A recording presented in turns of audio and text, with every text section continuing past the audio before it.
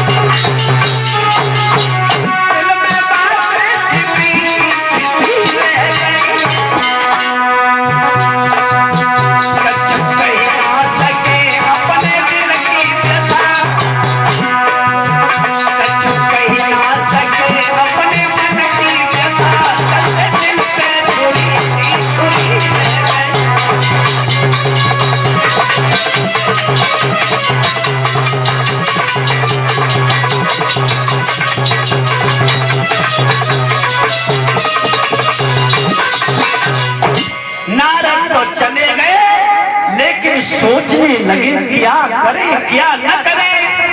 अब हम इस लड़की के साथ में शादी कैसे करें, क्योंकि परसों इसका स्वयंवर है और हम इतने सुंदर भी नहीं हैं जो लड़की देखते ही देखते हमें वर के रूप में चुन लेगी, हमारे ऊपर जयमाला डाल देगी। क्या करें कुछ समझ में नहीं आया। लौट के बाबा नारद घर में चले आए। बाबा नारद के दिमाग में बस एक ही बात कि उसी लड़की से मेरी शादी हो जाए। अब तो न दिन में चैन है न रात को नींद है। और एक बात याद रखना, पहले तो भगवान किसी का किसी से प्रेम न कराए, और अगर प्रेम हो जाए तो फिर बिछड़न न कराए। अब दिन में प्रेम चैन, रात में नींद न आती है।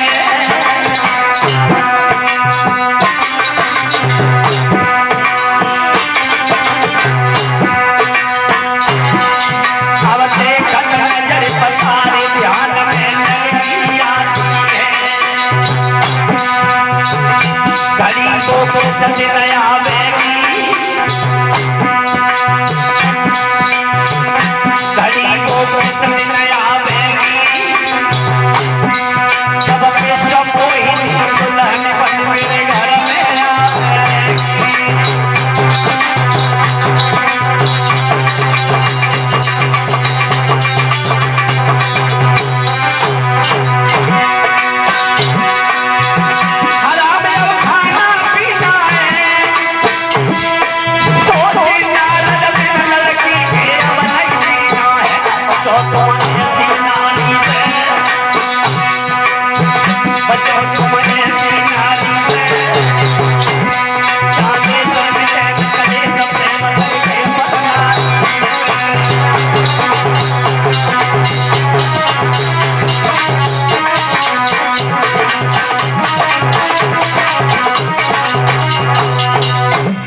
नारद को अब तो न दिन में चैन है न रात में नींद है।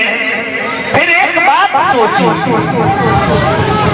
एक काम करो,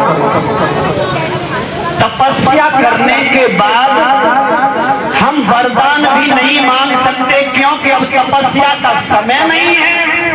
फिर सोचा चलो भगवान से ही पहुंच के मिलेंगे, विष्णु भगवान से ही कहेंगे कि कभी हमारी शादी के बारे में सोचा है तुमने।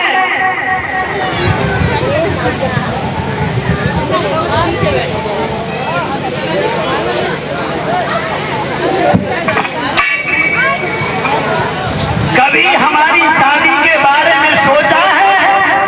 और सोचते हुए पीड़ा को उठाकर चले हैं भगवान विष्णु के पास और सोचे जा रहे हैं बाबा नारद।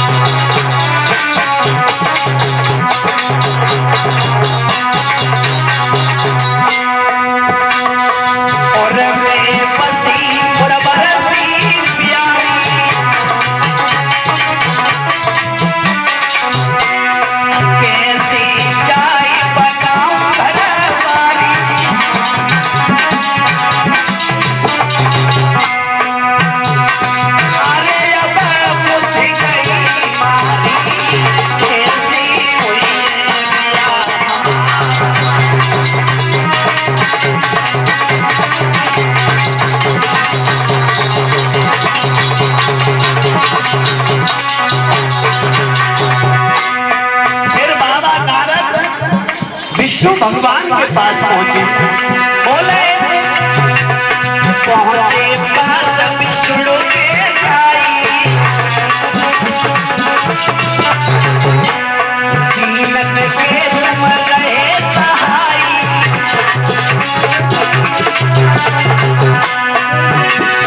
कैसे मेरे लगाती कैसी हुई मैया।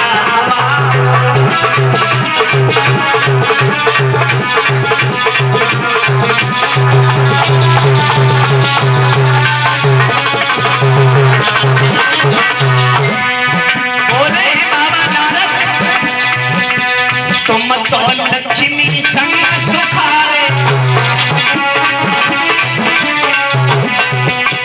तुम तो लक्ष्मी संग सुखारे, जाके सकल मनुहारे, तुम तो बरुआ हुए तुम्हारे, भाई जगती वासी के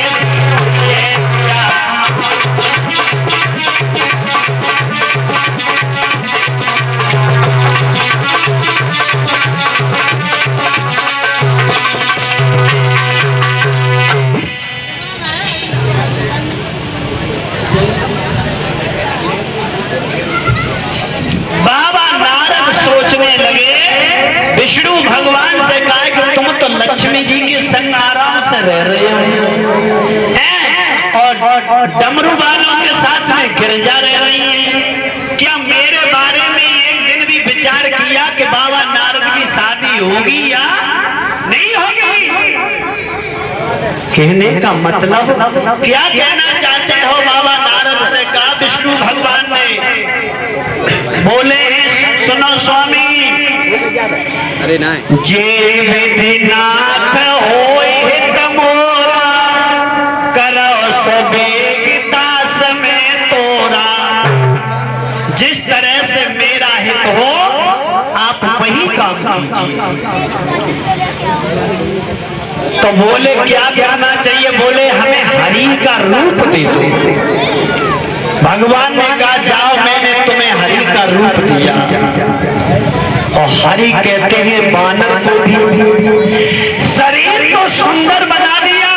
बाबा नारद का शरीर बहुत सुंदर, लेकिन चेहरा बंदर का बना दिया।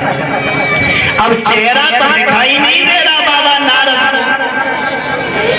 बाबा नारद चले कि मैं बहुत सुंदर हूं, अब तो विश्व मोहिनी भागेगी, दुनिया के लोग उसे पकड़ेंगे, लेकिन सबसे पहले जयमाला मेरे डालेगी। उसी घमंड में फूले हुए बाबा नारद पहुंच गए जहां विश्व मोहिनी का स्वयंवर होना था। निज निज आसन बैठे राजा।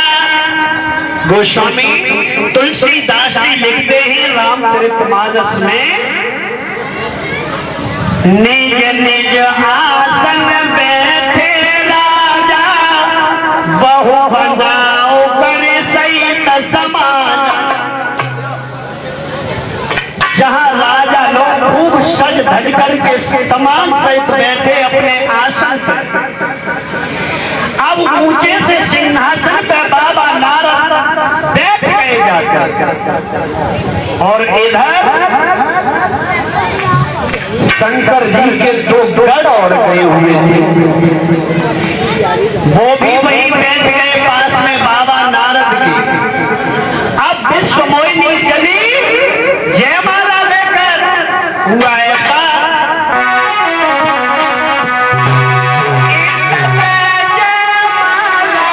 विश्व मोहिनी और सभा मध्य में आई।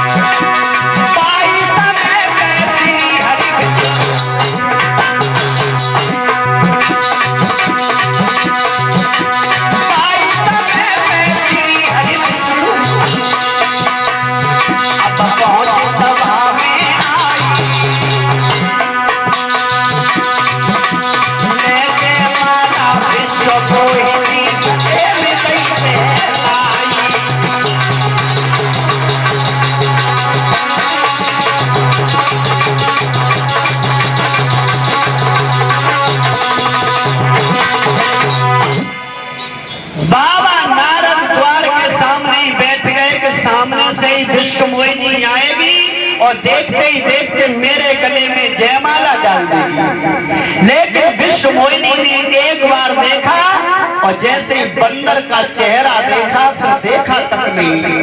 उसी सभा में भगवान विष्णु राजा का रूप रखकर पहुंच गए। विश्व मोहिनी ने वो जयमाला ली और गले में डाल दी।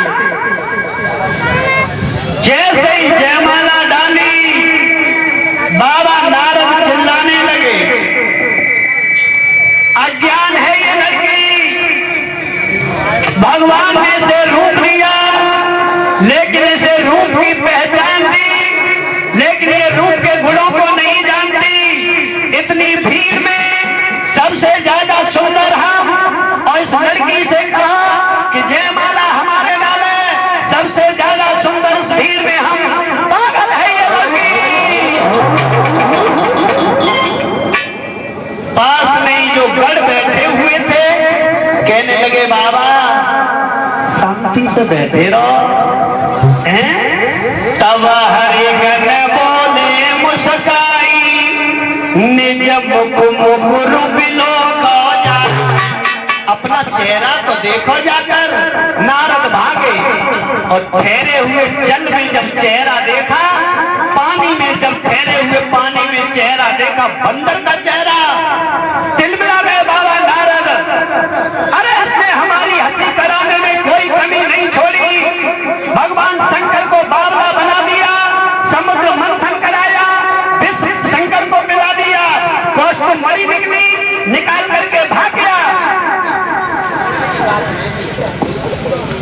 आज भक्तों बाबा नारद बोले तूने हमारी हंसी नहीं करवाने में कोई कमी नहीं छोड़ी, तो मैं तुम्हें श्राप देता हूं कि यही बंदर मिलेंगे तुम्हारी रक्षा करने के लिए। तुमने हमारा बंदर का चेहरा बनाया, त्रेता में जब तुम अवतार रखोगे तो यही बंदर मिलेंगे तुम्हारी रक्षा करने के लिए। और जिस लड़की के पीछे मुझे दुनिया की कोई चीज अच्छी नहीं लगी, मैं वन वन में भटका, तो इसी लड़की के पीछे तुम वन वन में एक दिन भटकोगे।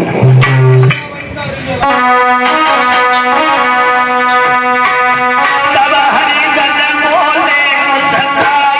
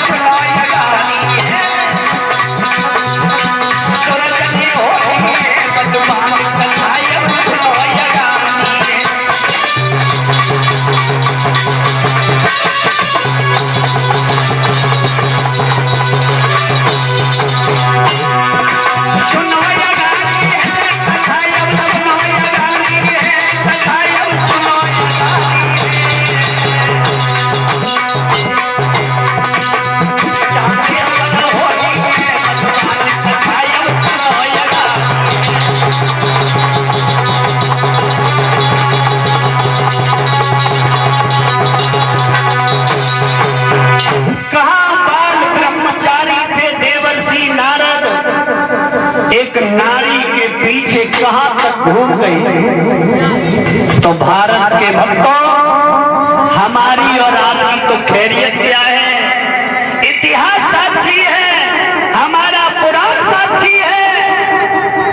किस नारी के पीछे कभी धोखा मत खा जाना।